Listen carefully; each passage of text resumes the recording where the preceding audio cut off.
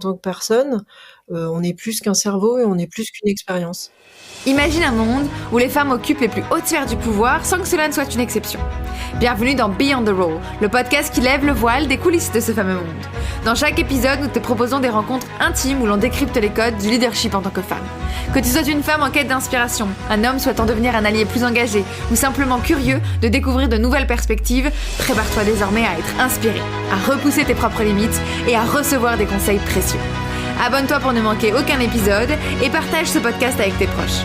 Maintenant, installe-toi confortablement, prends ton thé ou ton café et plongeons ensemble dans une discussion riche et inspirante. Bienvenue dans Beyond the Role. Merci infiniment Caroline Flessier d'être avec nous, d'avoir accepté l'invitation. Caroline, tu es administratrice indépendante, tu es également ex-CEO de grosses boîtes et c'est aussi un peu pour ça que j'adore avoir ton parcours et tes conseils et tes stratégies aujourd'hui dans le podcast. Tu es aussi maman de 2 filles. On va pouvoir parler un petit peu de conseils et de choses que tu vas mettre en avant tout au long de ce podcast parce que tu es aussi administratrice de grandes entreprises et tu l'as été pendant tout un moment de ta carrière. On va pouvoir parler aussi de ton parcours et de ta carrière, justement, de ce qui s'est passé, de comment tu as atteint tel ou tel poste. Tu as été CEO, ce qui n'est pas le cas de beaucoup de femmes aujourd'hui. On le sait, il y a encore un pourcentage très faible de femmes qui atteignent ces postes-là, notamment dans les grandes entreprises. Et donc, merci infiniment d'avoir accepté l'invitation, Caroline.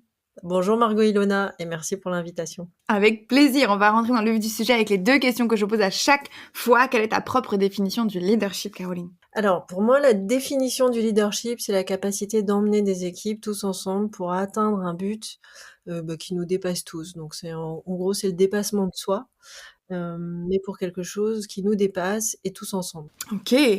2e question que je pose à chaque fois, c'est quelle est ta propre définition de l'ambition féminine ? Alors, je sais pas, moi, si l'ambition est genrée, en fait. Je pense qu'il y a une ambition pro et une ambition perso. Il se trouve que les hommes et les femmes n'ont pas forcément les mêmes envies. Mais pour moi, l'ambition, voilà, c'est cette capacité à se dépasser, à atteindre des objectifs. Mais c'est pas, pour moi, c'est pas genré, en fait. Mais il y a par contre une ambition pro et une ambition perso, qui est peut-être pas la même en fonction du genre.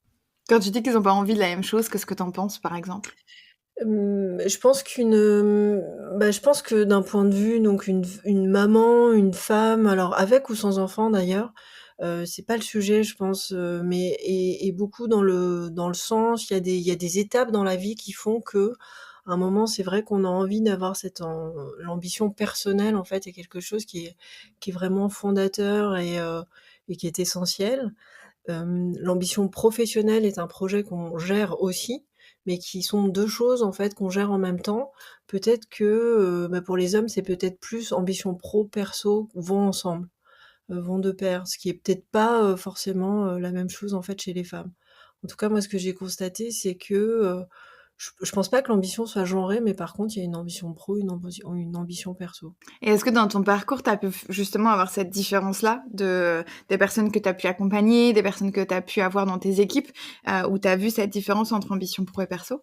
Alors moi, je l'ai vécu au moment où j'étais enceinte, de ma première fille. En fait, je me suis rendu compte, je me posais énormément de questions. Comment le dire à mon boss, à mes boss, à l'époque, j'en avais 2.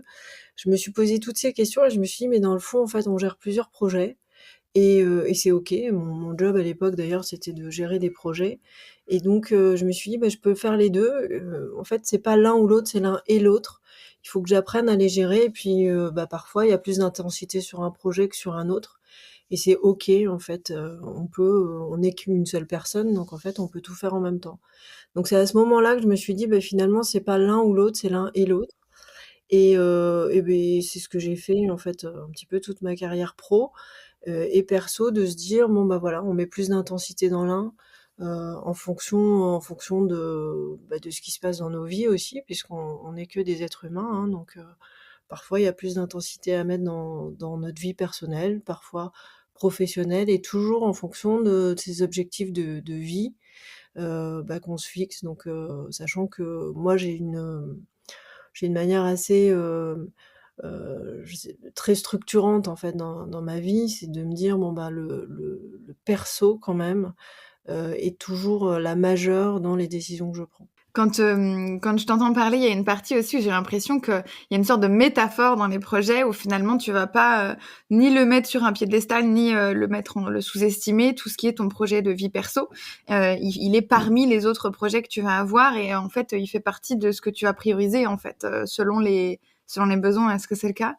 Alors, ça a pas toujours été le cas.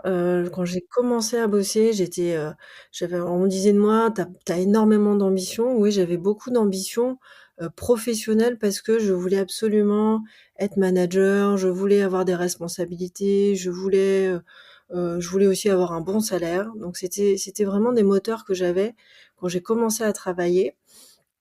Et puis, j'ai été enceinte, donc principe de réalité en fait, voilà, on est face, alors on nous dit qu'on n'est pas malade, qu'on est enceinte, mais c'est vrai que physiquement, en fait, on court moins, moi en plus j'ai été alitée pendant pas mal de temps, donc c'est vraiment, physique en fait, j'avais pas le choix, donc il a fallu que je calme mon rythme et puis quand, donc ma fille a eu 2 ans, en fait, je me suis retrouvée seule avec ma fille et c'est vrai qu'encore à nouveau principe de réalité.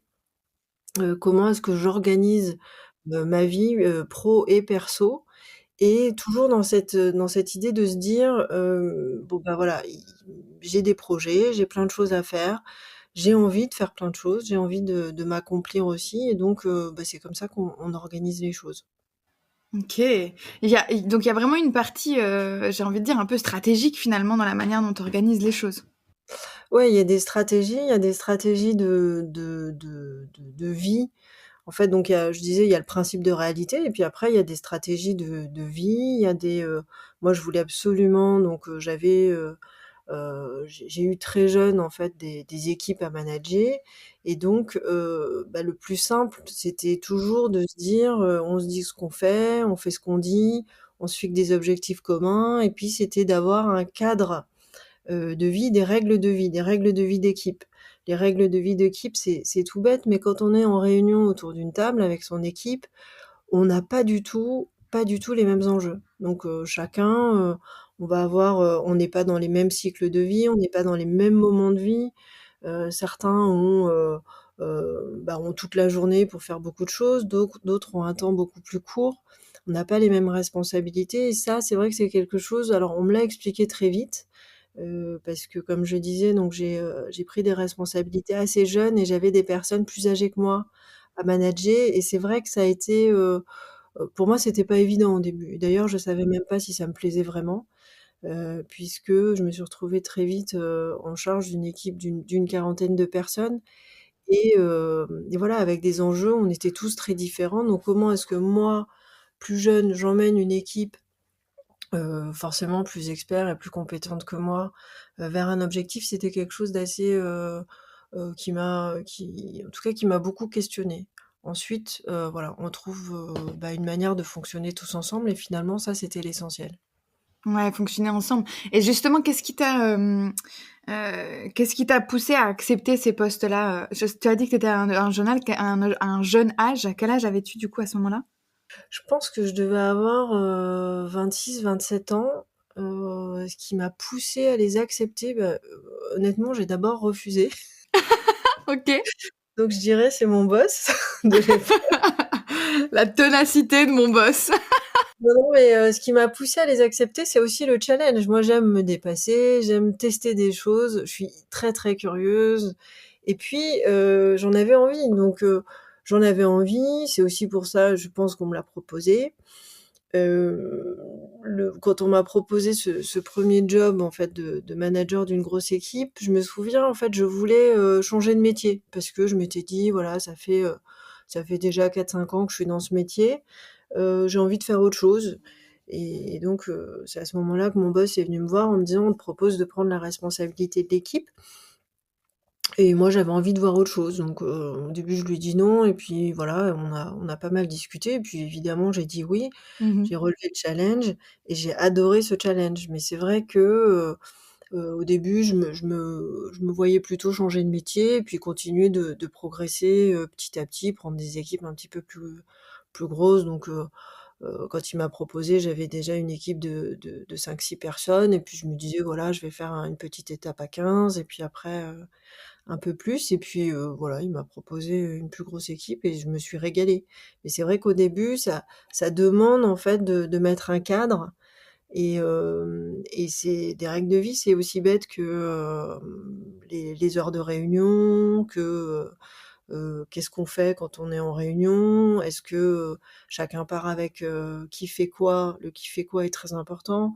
Le timing aussi, se dire, je vais à une réunion si vraiment j'ai quelque chose à y faire et quand je ressors, j'ai contribué, pour que l'équipe continue de créer de la valeur. Donc ça, c'est des choses qui étaient assez importantes pour moi et que je devais partager avec l'équipe pour, bah, outre la verbalisation, en fait, se dire concrètement à quoi ça correspond.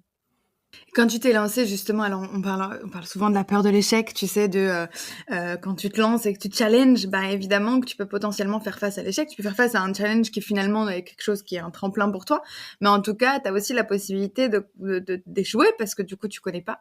Comment est-ce que tu as vécu ou réagi face à cette potentielle peur de l'échec finalement en te challengeant comme ça? Alors moi, ça vient d'un peu plus loin que ça. En fait, moi, j'ai eu une éducation qui était pas du tout tournée vers les notes. Donc en Ok. fait, à la maison, bonne ou mauvaise note, ce qui comptait, c'était, de s'être bien comporté, d'avoir appris. Surtout, ça, c'était très important de se dire: «Qu'est-ce que j'ai appris et qu'est-ce que j'ai pas compris?»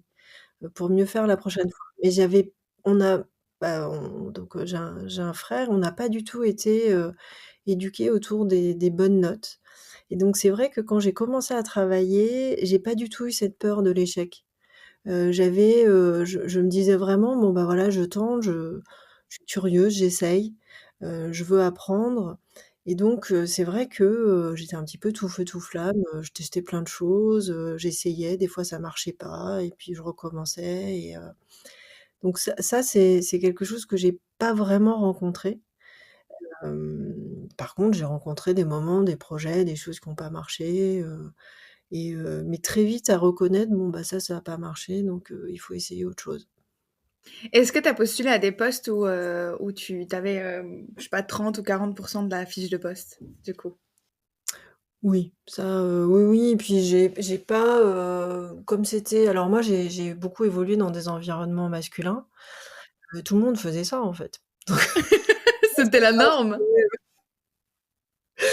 Donc oui, oui, donc ça j'ai beaucoup fait, mais tout le monde faisait ça et quand même j'ai fait 16 ans dans un grand groupe, dans le même groupe, donc c'est vrai qu'à un moment on est aussi beaucoup donc il y a des gestionnaires de carrière ou des talent développeurs et cetera. On est très encadrés et donc c'était pas des vraies candidatures où on envoie une lettre de motivation et cetera. Donc c'est plus il y a des postes qui nous intéressent et donc on en parle et on échange. Mais oui, oui, ça moi je l'ai fait, et c'était pas, voilà, je me suis jamais questionnée là-dessus, en fait. Mais tout le monde le faisait, hein. Quels seraient tes conseils pour, une femme, même si tout le monde le fait, qui est quand même un petit peu en difficulté avec cette idée-là, avec, voilà, cette idée de se mettre dans ce challenge-là, peut-être aussi parce qu'elle a pas le même historique que toi, comme tu l'as dit, par rapport aux notes qui, en effet, peut-être a un impact, inconscient peut-être, mais en tout cas sur la notion de l'échec et du poids de l'échec sur ta valeur, sur comment tu te vois ou voilà, sur ton évolution. Quels seraient tes conseils à des femmes qui ont peut-être envie de tester des choses, mais qui se disent ah non mais ça va pas parce que j'ai pas assez de coches sur la fiche de poste. Potentiellement aussi en interne, hein. Justement, ça peut être aussi des conseils dans des femmes qui sont dans des grandes pour des femmes qui sont dans des grands groupes. Je crois qu'aujourd'hui, ce qui est important, c'est vraiment, qui on est, ce qu'on peut apporter à une équipe. L'expérience est quelque chose d'important, ça c'est sûr, mais l'expérience on en a tous et l'expérience en fait on le voit. Donc c'est quelque chose, voilà, on a l'expérience. Aujourd'hui, on cherche beaucoup de personnalités. On cherche à faire des bonnes équipes qui fonctionnent bien ensemble. C'est le concept de l'intelligence collective et donc le conseil que j'aurais, c'est de se dire, voilà, qui je suis, de bien connaître ses moteurs et ses drivers et si, on veut intégrer une équipe qui a, justement les mêmes moteurs, les mêmes drivers, il faut y aller, il faut pas hésiter. Je vais te raconter un truc, Margot Ilona, c'est que donc moi j'ai fait un petit peu de chasse de tête. J'ai adoré, ce job et quand on demande à un homme de se présenter en 1 minute, régulièrement l'homme va dire: Moi je suis père de famille, j'ai 3 enfants, j'aime les bons restos, le rugby, je suis un team player, voilà, moi ce que j'aime, c'est me dépasser et cetera. Et quand on demande à une femme de se présenter en 1 minute, la femme, en général, nous refait son CV. Donc moi j'ai démarré contrôleuse de gestion, ensuite j'ai été, responsable administrative, j'ai fait ci, j'ai fait ça et cetera en 1 minute. OK.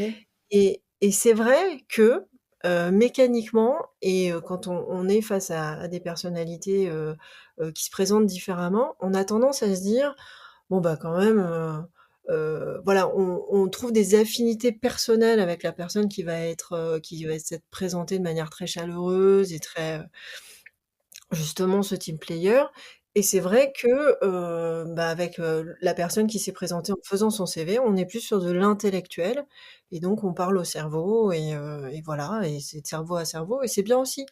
Mais, il manque quelque chose parce qu'en tant que personne, on est plus qu'un cerveau et on est plus qu'une expérience. Et je crois que le conseil, c'est ça, c'est de se dire qui je suis, en plus d'être, toute cette expérience. Parce que, moi je trouve et c'est ce qui est important dans les équipes aujourd'hui, quand on dit la diversité est importante dans une équipe, l'intelligence collective, c'est toutes ces personnalités qui font qu'on arrive à créer de la valeur, à construire des choses qui sont un petit peu différentes. Et là, je trouve que, bah, c'est vrai que les femmes ont 1000 vies, donc en fait, faut aussi apporter ça, quand on se présente à un entretien et quand, on vise un nouveau job. Ouais, ça me parle beaucoup la notion de on parle aussi de la notion de couche d'oignon, en fait. Toutes ces couches qu'on nous a remis sur, ce que tu dois mettre en avant quand tu parles à telle personne, la manière dont tu dois être. En fait, il y a tellement de choses qu'on nous a dit de faire que finalement, bah, c'est un peu ce que tu viens de dire, hein. Finalement, quand on se présente à quelqu'un, on se présente plus en tant que qui on est, un peu, le de la l'essence même de la personne, mais on se présente avec ah il faut que je dise mon CV, il faut que je m'assure de dire telle chose, il faut que je m'assure qu'ils comprennent bien pourquoi j'ai arrêté pendant 7 mois ici au lieu de 5 mois parce que du coup j'avais telle ou telle chose. Enfin, je pense qu'il y a une partie un petit peu de il faut que qu'on a inculqué un peu davantage aux femmes. On parle beaucoup du syndrome de la bonne élève, tu sais, où les femmes sont quand même, de manière générale, encore une fois, je le répète dans ce podcast, je le répète un nombre de fois énorme, mais je généralise et c'est normal et on prend plus la casquette de statistique plutôt que la casquette de chaque humain spécifiquement est unique et c'est le cas.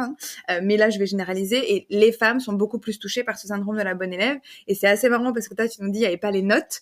Et ben les notes chez les enfants sont beaucoup plus importantes pour les petites filles que pour les petits garçons. Donc c'est marrant, tu vois, que toi, t'aies pas eu ce point-là. Moi, ça me questionnerait, tu me dis si t'as envie si tu veux y répondre, mais ça me questionnerait de savoir s'il y a eu du coup une différence entre tes notes, celles de ton frère, ta perception de l'école, celle de ton frère, parce que du coup, d'enlever cette histoire d'importance des notes, je trouve un poids assez important sur le reste de ta vie. Alors je vais pas parler pour mon frère, par contre, pour moi, je pense que ça a eu beaucoup d'importance, oui, parce que j'ai pu me trouver, en fait. J'avais pas du tout de pression de savoir est-ce que je veux faire, des sciences, des lettres, est-ce que, j'ai des bonnes notes ou pas? Et je pense que ça a contribué en fait à me révéler quand j'ai fait des études supérieures. C'est-à-dire que moi j'étais pas du tout une enfant, mature, voilà en terminale, j'ai eu mon bac, vraiment tout juste, heu et je voulais aller à la fac. De toute manière, je voulais aller à la fac, c'était quelque chose qui était important pour moi. Voilà, je rêvais de liberté, je pense que ça me correspondait mieux. Et étonnamment, donc moi je suis à l'époque c'était un DUG, donc j'ai fait un DUG mathématiques, informatique et appliqué aux sciences, un DUG MIAS et étonnamment en fait j'ai eu des super bonnes notes en fac. Mais vraiment très bonnes notes en fac, et ensuite, je suis rentrée en école d'ingénieur, mais c'est vrai que c'est quelque chose, je pense que ça m'a permis de faire ça. C'est de me dire voilà, je suis arrivée à la fac, j'ai commencé à ouvrir des livres qui étaient passionnants et sur les sciences, sur la physique, je me suis passionnée de physique et de mécanique.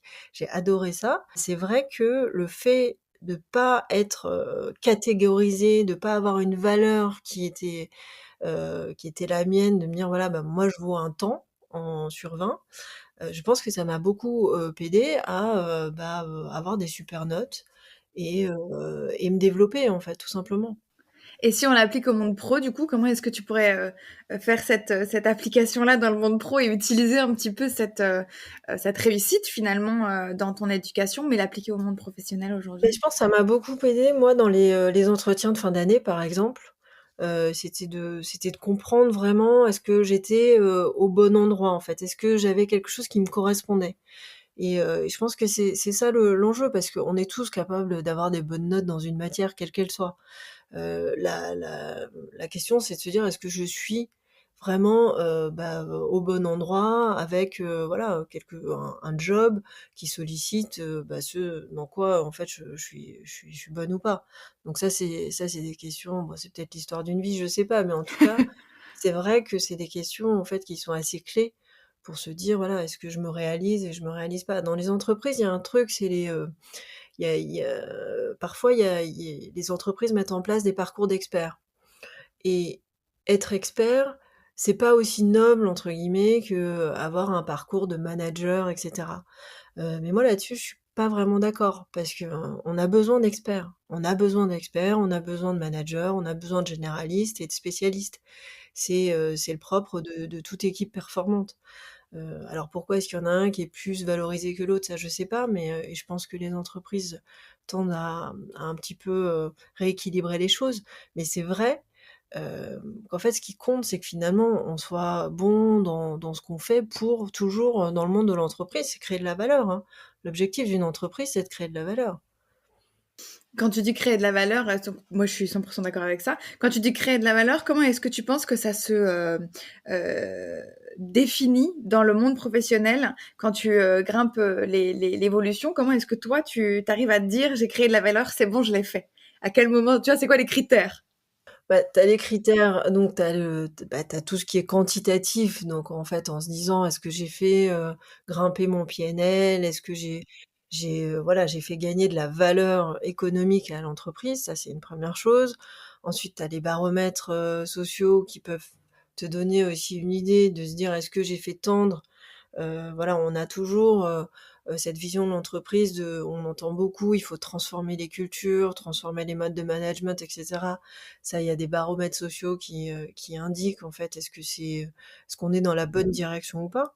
Sachant que, c'est jamais quelque chose d'évident et transformer la culture, c'est quelque chose, vraiment sur lesquels, est-ce qu'on peut vraiment transformer la culture d'une entreprise? Ça sera sûrement un autre podcast, mais c'est des vrais sujets, en fait. C'est des vrais sujets intéressants et importants.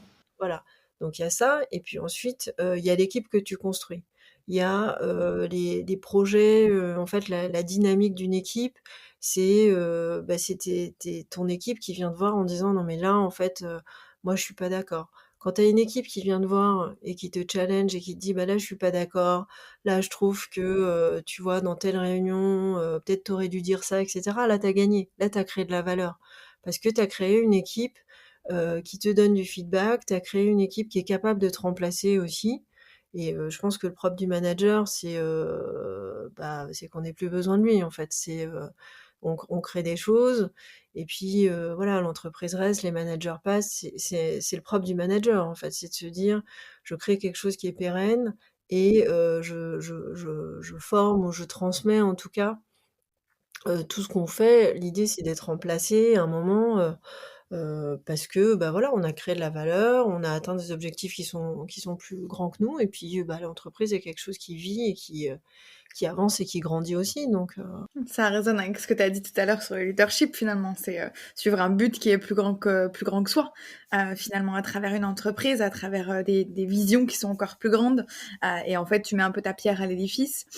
J'aime beaucoup ce que tu viens de partager. Je pense que c'est un point qui peut avoir un impact, et je pense sur le bien-être aussi. Cette notion d'être OK avec le fait d'être, de passage ou peut-être même remplaçable. Qu'est-ce que tu en penses? Qu'est-ce que tu dirais sur ça, dans le monde professionnel? moi je pense que c'est déjà l'entreprise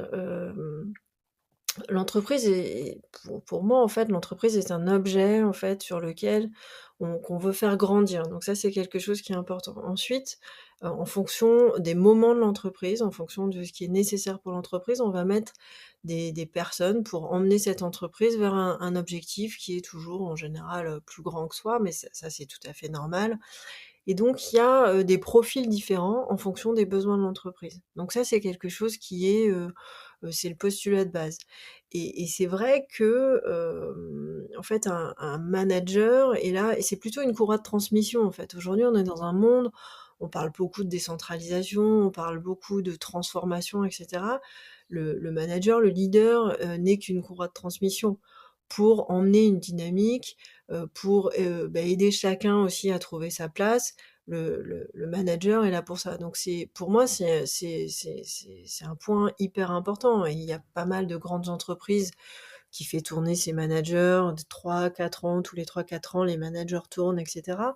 Mais c'est aussi ça, parce que c'est le renouveau. Il faut trouver des respirations, des nouvelles idées. En fait, aujourd'hui, piloter une équipe, c'est fatigant, en fait, c'est usant, donc il faut trouver des respirations et c'est tout à fait normal, en fait, de se dire: «Voilà, on change de job».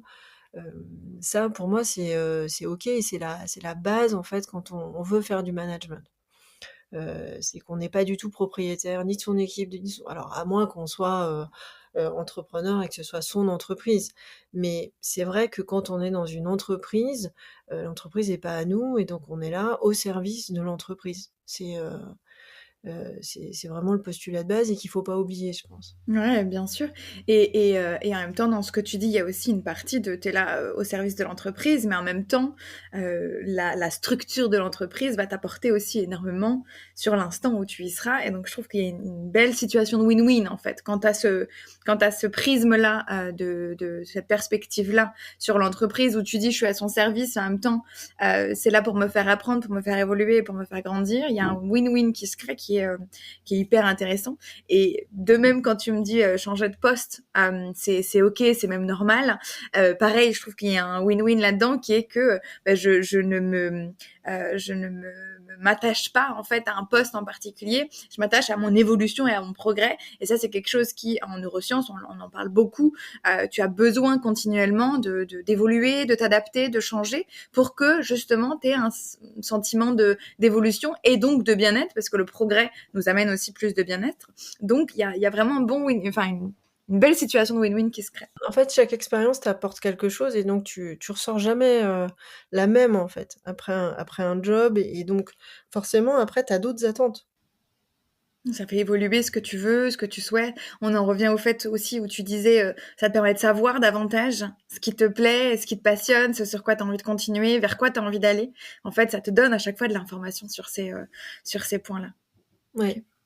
Moi, j'avais une petite question, on en a parlé un peu là, et plus t'en parles, plus ça me donne envie de te questionner un peu sur la relation qu'on peut avoir à l'argent, le rapport qu'on peut avoir à l'argent. Alors, en tant que femme, certes, mais aussi en tant que CEO, puisque je, je sais que c'est un poste dans lequel tu as de toute façon une casquette financière, monétaire importante, puisque du coup, tu prends les dernières décisions et tu es celle qui va finir par dire oui, non pour certaines choses. Comment est-ce que tu gères justement ce rapport, cette relation à l'argent dans ces réunions-là qui ont un impact fort? On l'a dit, hein, quand on cherche à connaître les critères de création de valeur, bah, le critère financier en est un, et pas des moindres. Comment est-ce que tu gères ça, toi? Alors déjà, moi, j'ai été élevée, dans une culture protestante, donc et ça, c'est je pense quelque chose d'assez important, c'est, l'argent de l'entreprise et l'argent de l'entreprise, point. Voilà, donc ça, c'est quelque chose, important et donc il y a plusieurs choses dans ta question, moi, ce que j'entends. Donc il y a le rapport au salaire, le salaire des uns et des autres. C'est vrai que, le salaire fait partie, donc déjà, c'est une composante, du job, donc ça, c'est quelque chose d'hyper important et c'est vrai que parfois les femmes alors ça, c'est peut-être un peu plus genré, mais moi, j'ai rencontré, alors si je fais, sur toutes les personnes que j'ai managées, hommes, femmes, c'est vrai qu'il y a beaucoup plus de facilité pour un homme à parler de salaire que pour une femme, en tout cas de moi, ce que j'ai pu constater et mesdames, le salaire fait partie de votre job, à part complètement intégrante. Donc il faut en parler, c'est quelque chose d'important parce que ça en fait partie. On peut pas dissocier les choses. Ensuite, le salaire est rattaché à un job et non pas à une personne. Le salaire définit le job et ne définit pas la valeur de la personne. Donc vous pouvez d'autant plus en parler puisqu'on ne parle pas de vous, on parle du job. Donc ça, c'est quelque chose aussi qui est assez important à garder en tête et moi, je pense que ça me permet aussi, du coup, de me distancier, par rapport aux décisions qu'on peut prendre. C'est de se dire, voilà, de rester toujours très rationnel, sur ces sujets-là et de se dire: «Bon, bah, voilà, concernant les niveaux de salaire, en tout cas, voilà, on en est là». Pour des décisions qui ont attrait à l'entreprise, donc le compte de résultat de l'entreprise et comment est-ce qu'on décide d'économiser ou d'investir, ça c'est quelque chose que je fais toujours en équipe, parce que, dans le fond, quand on est, directrice générale, l'opérationnel est réalisé par les équipes. Nous, on est là encore une fois pour insuffler, pour questionner, pour challenger, mais c'est pas nous à la fin qu'allons faire. Donc dire, «Bon bah là, moi je veux que tu m'économises 10 je pense pas qu'on soit la bonne personne pour le faire et on se disait tout à l'heure qu'il y a des experts, il y a des personnes qui savent. Je pense que c'est important et quand on doit faire des coupes, ce qui fonctionne le mieux alors évidemment, bah, voilà, moi j'ai fait comme tout le monde, hein, j'ai pris des décisions, des bottées en disant: «Non mais ça on arrête». Ça marche jamais ce genre de choses. L'idée c'est de se dire: «On réunit les équipes et puis, bah, voilà, il y a quelqu'un qui va dire: "Voilà, moi j'ai besoin de tant de budget pour faire ça" et c'est arbitré en équipe et si vraiment on n'arrive pas à trouver un consensus, mais sachant qu'on a tous un objectif commun, là il y a un arbitrage et l'arbitrage en effet je dois le faire et l'arbitrage est biaisé parce qu'en base, je suis biaisée. On est tous biaisés et donc bah, oui, j'ai un biais et je c'est OK d'avoir un biais, en fait et c'est toujours, et ça, c'est quelque chose que moi j'ai toujours dit, à mes équipes, c'est, soyons d'accord pour pas être d'accord. Il y a un moment, quand quelqu'un arbitre, quand il y a une décision qui est prise, bah, parfois on n'est pas d'accord, mais il faut y aller parce que c'est comme ça et voilà et on le fait ensemble et on continue d'apprendre. Justement, ça me permet de raisonner sur la notion de prise de risque. C'est un point que j'aimerais, partager avec les différentes femmes que j'invite, dans le podcast. Quelle est ta relation au risque justement? Est-ce que, plus tu montais, plus tu as évolué, plus tu as dû prendre des risques? Ou est-ce que tu as pris des risques dès plus jeune? Comment est-ce que tu as, géré ça?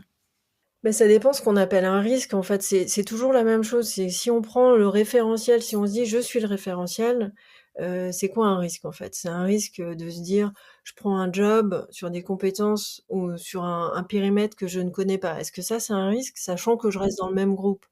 Est-ce que c'est vraiment un risque? Est-ce que le risque, c'est de perdre son travail? Ou le risque, c'est de ne pas avoir la bonne réponse? Typiquement, le risque de ne pas avoir la bonne réponse, pour moi, en tout cas, c'est pas un risque. Mais pour quelqu'un d'autre, ça va être un risque. Donc, Très hem, personnel.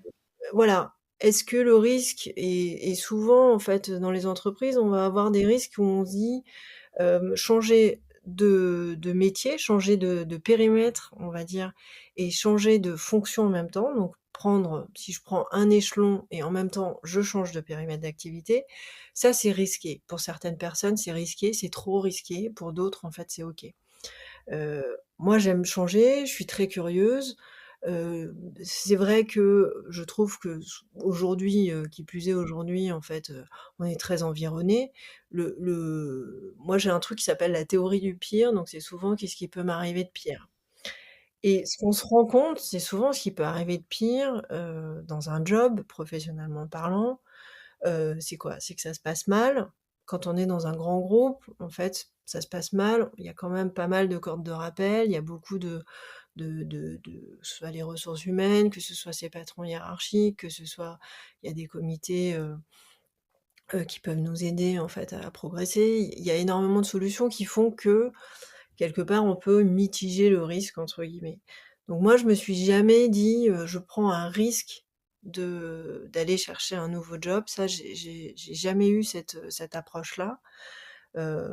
Par contre, c'est vrai que, bah, comme tout le monde, en fait, bah, je me suis plantée sur certaines choses et bah, c'est toujours la même chose, hein. Quand on prend la décision, au moment où on prend la décision, c'est la meilleure décision qu'on puisse prendre parce qu'au tenter, c'est la meilleure décision qu'on puisse prendre et puis des fois, on se rend compte que, bah, finalement, peut-être que, on aurait pu le faire, différemment et ben, on réajuste. Il est toujours temps de réajuster et de se dire: «Bon, bah, là, voilà, j'avais pas vu ça, donc est-ce que je peux pas finalement, le faire différemment?» Donc c'est plutôt ça et c'est toujours le de se dire, «Comment est-ce que je suis environnée? Qui va être avec moi? Comment est-ce que, je construis en fait l'écosystème, avec moi, pour que ce soit agréable. Parce que ça aussi, c'est quelque chose d'important. C'est vrai que alors moi, c'est la notion de plaisir qui est importante pour moi et j'ai besoin, de m'amuser dans mon travail, j'ai besoin de prendre du plaisir, j'ai besoin d'apprendre énormément et ça, pour moi, c'est le plus gros risque. Le plus gros risque pour moi, c'est de prendre quelque chose où je m'ennuie, où je vais rien découvrir, où ça va être la routine. Ça, c'est un gros risque pour moi. Ah, le risque est finalement hyper personnel et différent pour tout le monde. Moi, j'aimerais savoir à quel point tu t'accompagnes tes équipes pour justement aller chercher peut-être davantage de risques. Alors, dans le risque, il y a aussi, tu l'as dit au début, hein, c'est un peu faites-le, osez, quoi, avoir un peu le fait de se dire, bah, faites-le quand même, parce que avec la théorie du pire, au pire des cas, de toute façon, il n'y a pas grand-chose que vous pouvez perdre. Oui, ça peut gêner un peu l'ego, j'aime bien dire que ça peut gratter un peu ou irriter un peu l'ego parfois parce que on aime quand même gagner et c'est normal et le cerveau et le conscient encore plus aime gagner. Mais comment est-ce que toi, tu arrives à accompagner justement cette prise de risque pour tes équipes? Je crois que c'est hyper personnel, en fait, la prise de risque et quand tu pilotes une équipe, tu pas envie qu'elle prenne des risques. En fait, le risque d'équipe, je pense que c'est quelque chose qui est très important, c'est de se dire: «Toi, il y a ce que tu vas décider pour toi, ce qui t'engage et qui correspond à ta personnalité et ensuite, l'équipe est au service toujours de l'entreprise». Donc ça, c'est quelque chose qui est important et il y a une intelligence collective au niveau de l'équipe qui se met en place. Jamais l'équipe va dire: «Bon attends, on va faire ça, on va se mettre en risque». Parce que c'est pas ça qu'on te demande en fait. Dans une entreprise, on te demande de sécuriser tes actions pour justement, atteindre l'objectif que tu te fixes. Donc ça, c'est quelque chose qui est important et qui il faut ton équipe, en fait, la manière dont tu engages l'équipe, c'est toujours, alors on parle de safe place et cetera, mais c'est de se dire: «Comment est-ce que, voilà, on se dit les choses et on décide de choses ensemble où, on arrive en équipe, à atteindre ses objectifs?» Et c'est ça qui est compliqué parce qu'aujourd'hui, on est dans des mondes qui changent énormément, qui évoluent. On doit tous plus ou moins, transformer ci, ça, changer les cultures et cetera. C'est des choses qui sont pas neutres et donc c'est ça qui est vraiment dur. Donc voilà, Donc l'inverse en fait, s'assurer de créer de la sécurité plutôt que de créer un endroit de risque. Ou est-ce que la sécurité, c'est justement d'être OK avec le fait que ça change et que ça soit évolutif et donc d'être adaptable? en fait, tu vas avoir des stratégies d'entreprise qui peuvent être peut-être plus ambitieuses, tu vois? On va dire: «On veut aller chercher tel résultat», et toi, tu regardes, tes chiffres, tu regardes tes actions et tu te dis: Là, ça va être difficile d'y arriver». Donc, est-ce qu'on doit prendre des risques pour y arriver ou est-ce qu'on doit sécuriser un maximum pour arriver à quelque chose qui sera en dessous de l'objectif? Donc ça, c'est des choses, en effet, que tu discutes énormément en équipe, et tu essayes de trouver des solutions. Ensuite, il y a pas une réponse, hein, il y a plein de réponses en fonction du contexte et cetera. Mais c'est vrai que toi, ton job, c'est de se dire, tu dois créer l'environnement, pour que ton équipe soit le plus en sécurité pour arriver à un objectif. Tu peux pendant une période, tu vois, de très restreinte de 2 mois où tu te dis: «OK, là, on pendant 2 mois, on y va à fond et on prend telle et telle décision et cetera». Mais tu dois toujours t'assurer, hem, déjà que ce soit bien encadré, mais surtout, en fait, que c'est pour une finalité, tu vois, qui est, la demande de l'entreprise. Toi, encore une fois, hein, tu n'es que de passage et tu es là pour, répondre, à une ambition qui est plus grande que toi et à des objectifs qui te sont fixés, par tes boss et puis, par ton conseil d'administration et cetera. C'est quelque chose tu réponds, à un objectif qui t'est fixé. Donc c'est quelque chose d'assez important et tu transmets ça à l'équipe et tu travailles avec ton équipe pour arriver, au résultat. Quel a été ton plus grand challenge quand tu es passée, CEO, quand tu as démarré le poste de directrice générale? Alors moi, mon premier poste de directrice générale, en fait, j'ai changé de groupe. Donc j'ai changé de groupe, changé de culture. Mon plus gros enjeu, en fait, c'était par contre, je suis restée, dans des domaines que je connaissais. Donc je suis restée dans le monde de l'énergie, qui est mon domaine Et donc le plus gros challenge, auquel, j'ai fait face, c'était de comprendre, la culture d'entreprise. Est-ce que tu peux vraiment je te disais ça, est-ce que tu peux vraiment changer la culture de l'entreprise? Tu peux changer les méthodes, tu peux, faire évoluer pas mal de choses, mais le plus gros enjeu pour moi, c'était de vraiment comprendre, la culture et les drivers de mon équipe. Et d'ailleurs, très rapidement, on est partis, tous ensemble faire on a fait un off-site, de 2 jours et on a beaucoup travaillé sur la performance émotionnelle. Et ça, c'est pour moi, c'était super important. C'était de comprendre en fait, et d'ailleurs ça a été important pour nous tous, ça a été assez fondateur, de se dire: «OK, on est qui? Qu'est-ce qu'on veut? Le succès pour moi, ce serait quoi? Individuel, collectif?» La gradation des émotions parce que, voilà, moi quand je suis vraiment pas contente, je vais l'exprimer d'une manière, qui peut-être va parler à personne et puis, mon voisin lui, ça sera complètement différent, donc ça c'était quelque chose, d'important. On s'est dit beaucoup de choses, on s'est fait accompagner, hein, on a pris une coach, géniale d'ailleurs et on a avancé comme ça tous ensemble et ensuite ça nous a permis aussi, je disais en fait on évolue tous. Ensuite, on est allé faire de la négo intuitive, on a fait pas mal de choses. Mais le plus gros challenge, c'était ça, c'était de comprendre en fait humainement, comment est-ce qu'on allait travailler tous ensemble. Dans ce que tu partages là, j'ai un peu l'impression que finalement, tout au long de ton parcours, tu jamais été seule. T'as jamais été vraiment, tu t'es jamais sentie seule dans une situation. Est-ce que c'est le cas ou pas? Non, c'est pas le cas parce que quand tu as une direction générale, tu es seul. Parce que tu parles beaucoup du collectif et cetera, donc ça m'intéresse de, tu vois, connaître Alors cette, parce que c'est ton job en fait de manager le collectif, c'est ton job. Et donc tu es toujours, en train de travailler avec le collectif. Tu n'es rien sans ton équipe, voilà. Ensuite, ouais, tu es vraiment seul parce que, au final, c'est toi qui arbitres, c'est toi qui prends les décisions. C'est toi qui dois faire attention en fait, aux petits détails et aux grandes choses aussi. Et quand je disais on est que des passeurs, ouais, mais on a souvent un patron, un board, et donc c'est vrai qu'on est toujours en train de faire, un grand écart finalement et oui, tu te sens seul. Il y a une solitude, on parle beaucoup de la solitude des dirigeants. Moi, je me fais régulièrement accompagner, c'est des choses qui sont importantes pour moi et puis, j'ai tout un écosystème, de pairs, de mentors, de personnes, avec qui je partage, parce que c'est très important aussi d'avoir des regards extérieurs. C'est hyper important d'avoir des regards extérieurs et pour moi, en tout cas, avec ma personnalité, c'est important de pas rester justement dans cette solitude. Et où est-ce que tu as trouvé ces personnes-là et ces pairs et ces mentors? Comment est-ce que tu as géré cette recherche-là? Est-ce qu'ils te sont tombés dessus ou est-ce que tu as dû aller les chercher? Ou est-ce qu'il y a il y a des organismes qui t'ont accompagné? Comment est-ce que tu as fait cette recherche?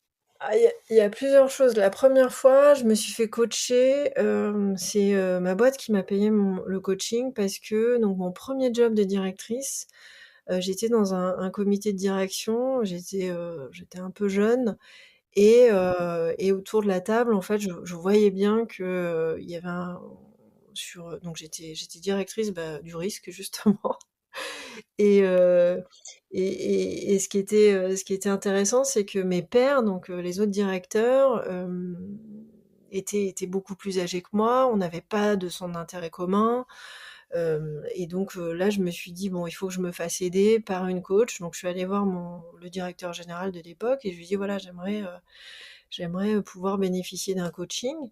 Et donc là, c'est vraiment l'entreprise qui m'a fait rencontrer, plusieurs coachs et j'en ai choisi une. Mmh. Avec qui j'ai beaucoup appris et j'ai découvert en fait ce métier de coach. Et donc là, c'était au moment aussi, il y avait des réseaux qui se mettaient en place, donc les Mmh. réseaux nous proposaient des mentors, enfin bon, il y avait tout ça et donc là, Les j'ai réseaux, commen les réseaux en les interne? réseaux internes, ouais, de femmes d'ailleurs qui nous proposaient des mentors et donc là, j'ai un petit peu découvert, ce que c'était le coaching, le mentoring et puis très vite, en fait, moi, dans le groupe dans lequel j'étais, on m'a dit: «Voilà, c'est important d'avoir un réseau, faut se faire un réseau et cetera» et je trouvais ça très sympa d'aller voir, les uns les autres qui me partagent leur expérience et qui m'aident, sur des sujets, en fait, très précis. Donc je me suis constituée un petit peu, les mentors, c'est des personnes avec qui j'ai travaillé, qui sont plus âgées que moi, en tout cas et qui m'ont aidée à prendre des postes, qui me donnent toujours un regard, extérieur, sur ce que je fais ou, sur, la manière dont j'aborde, certains sujets. Il y a aussi et ça je l'ai pas dit, mais, à chaque fois que je prends un poste ou que j'ai accepté des jobs de direction générale, alors donc moi je suis mariée, je suis remariée même d'ailleurs et c'est des décisions aussi familiales. Parce que ça engage en fait toute la famille parce que, qu'on ces jobs-là, on les fait à 200 et donc ça engage la famille donc voilà, il y a quelque chose qui se met en place au niveau de la famille, que ce soit avec mon mari, mais même alors moi j'ai une grande fille qui a 18 ans, même, avec, une grande fille, il y a des échanges qui se créent parce qu'il y a des situations qui font que, la famille aussi, fait partie, de mon écosystème et donc c'est important aussi d'en discuter et puis c'est beaucoup les rencontres. Mais c'est beaucoup les rencontres, mais encore une fois, ça correspond moi à ma personnalité. Il y a des CEO, il y a d'autres personnes qui ont pas du tout, mis en place ce type de fonctionnement. Moi, c'est vrai que ça correspond à ma personnalité donc j'en ai besoin et c'est pas que d'ailleurs j'ai des mentors, des personnes qui m'aident qui sont c'est pas que des managers d'ailleurs. Donc ça, c'est intéressant. Ouais, aller chercher son inspiration dans d'autres, à d'autres endroits et avec d'autres casquettes, parce qu'on peut apprendre finalement on peut apprendre de tout le monde. Et c'est très beau ce que et ça partage aussi cette idée de collectif finalement. Donc oui, c'est ton job en tant que CEO de faire gérer le collectif, etc. Mais en même temps, on va aussi chercher dans le collectif à être inspiré et ça résonne avec ce que tu partages et avec ce que tu disais au début sur le leadership aussi finalement. Cette idée de on va tous chercher quelque chose, un but qui est plus grand que nous, quelque chose qui est plus fort que nous, on a besoin de s'accompagner du collectif là-dessus. Moi, j'aimerais bien savoir ce que tu penses qui aurait été différent si j'avais reçu un homme à ta place. Aucune idée franchement, parce que non mais moi j'ai rencontré des hommes féministes. Ouais.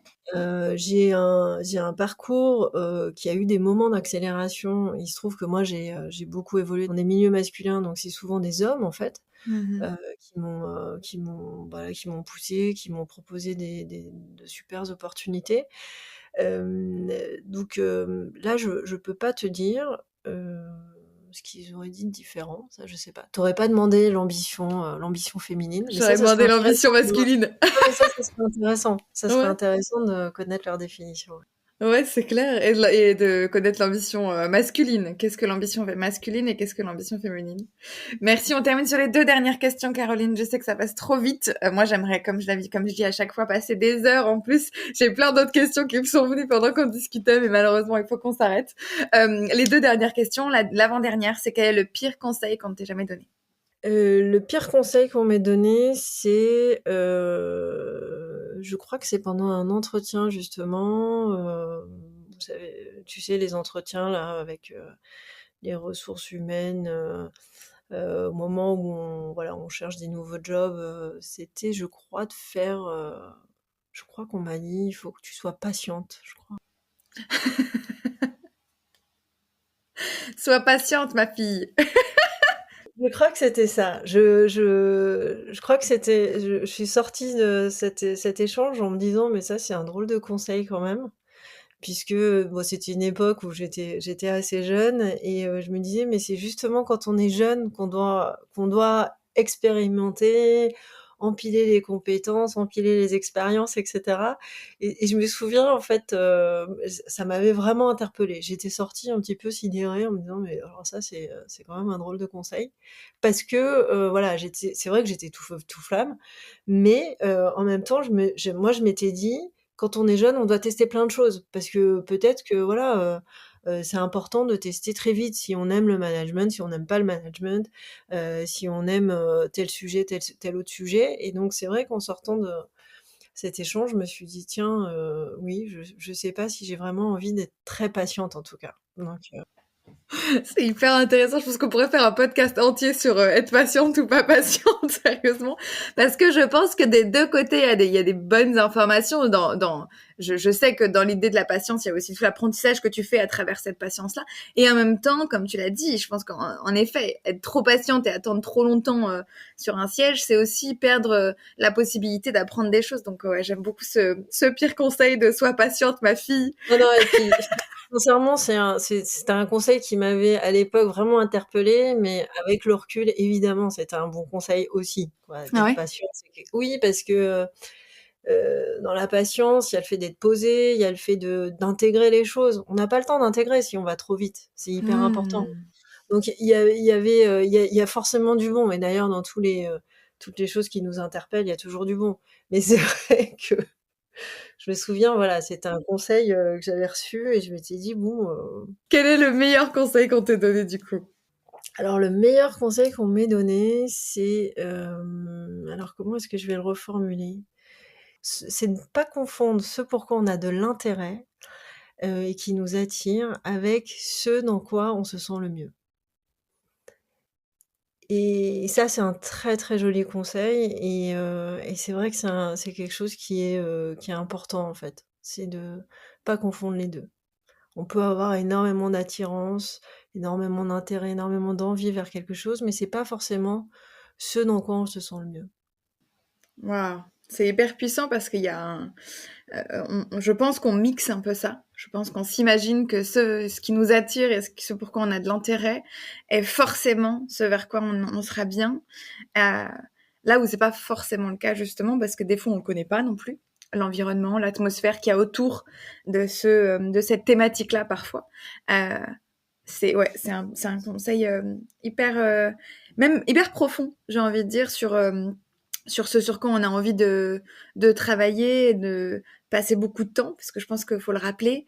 Dans ce podcast, il y a beaucoup de femmes qui travaillent énormément. Hein. On n'est pas sur des postes où les heures sont vraiment quadrillées et comptées. J'ai même des femmes avec qui je parle des enfants et elles passent du temps avec leurs enfants et après elles retravaillent. Peut-être que c'était ton cas aussi, mais en tout cas, on est sur un travail, tu l'as dit, hein, vous êtes à 200% dans le travail, donc voilà, on se donne dans ce travail-là. Et cette phrase-là, je trouve qu'elle est hyper intéressante, justement aussi dans ces postes-là, de CEO ou d'autres postes dans lesquels on va se donner à 200%. Je pense notamment à des postes qui sont des postes de chercheurs aussi.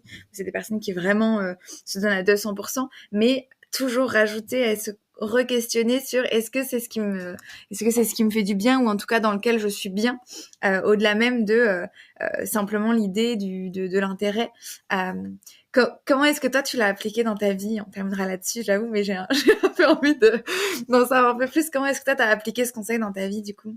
Bah, je pense que c'est un peu le test and fail, hein, quoi. C'est de se dire, bah, voilà, moi ça j'ai envie de le faire et puis j'ai testé et puis ça m'a pas plu finalement, je me sentais pas bien.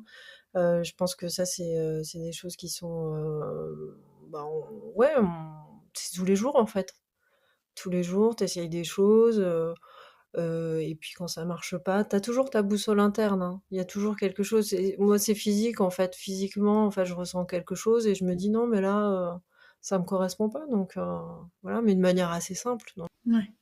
En prenant un petit peu le recul et en écoutant justement un petit peu ce qui se passe en toi ou autour de toi en tout cas quoi.